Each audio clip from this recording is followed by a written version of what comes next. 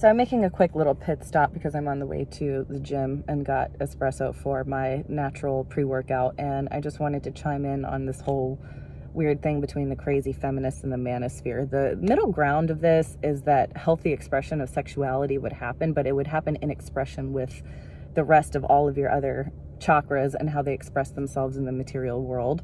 And the manosphere specifically likes to attack women for their sexuality, and that's coming out in the shadow with the crazy feminists over stressing their sexual freedom because of the battle. It's a very push-pull yin-yang thing. One is happening because of the other. It's a direct consequence of the other, and those two polarized sides fighting with each other.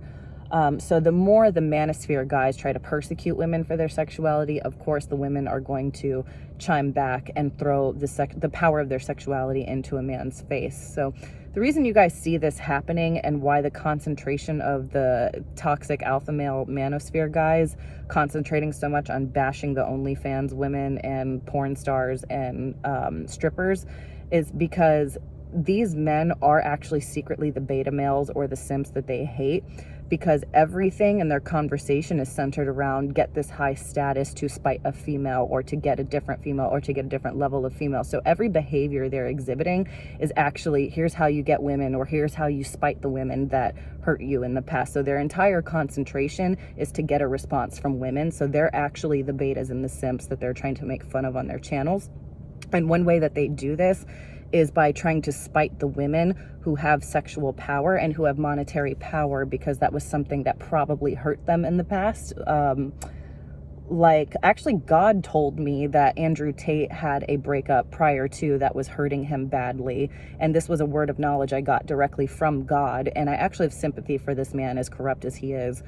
And I didn't know if it was actually true, but then something came up in my feed where he talked about some ballerina that he dated, and I was like, there it is. And I got 3D confirmation that God directly told me about this guy. So if you look at a lot of them, they haven't completely healed yet, and they're talking about women in this kind of spiteful way, and it's all about how you gain power over women. It's very easy to see through the facade when you realize that none of it is centered around how to connect with the woman or equalize with the woman. And I think people will quickly snap out of it once they realize it completely revolves around material success. So on the side of the feminists, I also have sympathy because they're coming from the hurt place of already having sexuality repressed by the man throughout life. And that comes out in its shadow. A lot of the time when liberation first happens, it's not regulated. It comes out in its shadow. So the woman is responding by overstressing that as well, just on the polar opposite end. And that's why we're seeing this crazy polarization. It's that things from our shadow on the male and the female side are finally coming to light. And when something first hits the surface to be dealt with, it's going to look ugly. It's going to look unregulated. It is going to look unhealthy.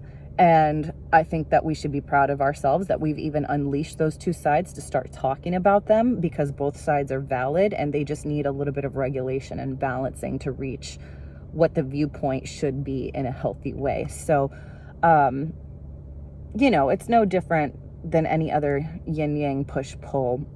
And the more one side tries to pull on the other, the more disparity happens on the other side. So you'll just constantly see them gravitating further and further apart, and the conversation's getting crazier and crazier because it's all coming from a hurt place. Like, the men on Fresh and Fit are terribly hurt men. If you're psychologically aware, or you have a psychology degree like me and like billions of other people, into just making up random numbers, but plenty of people have a psychology degree, you can listen to these men talk, and you can listen to the hurt feminists talk as well, and you can hear expressing from the rage and the pain. And you can, if you were to sit in a therapy session with these people, you would be able to diagnose right off rip exactly what is going wrong without them even telling you, let alone the spiritual discernment that I just talked about. So just wanted to keep you guys updated that if you haven't already figured this out, the obvious thing is that the greater disparity is happening because everything is being unearthed, and that is actually a great thing.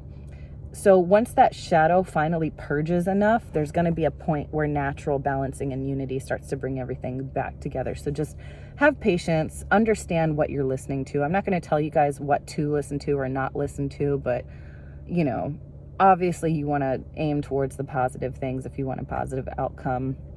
and try to listen to things that sound more calm and regulated.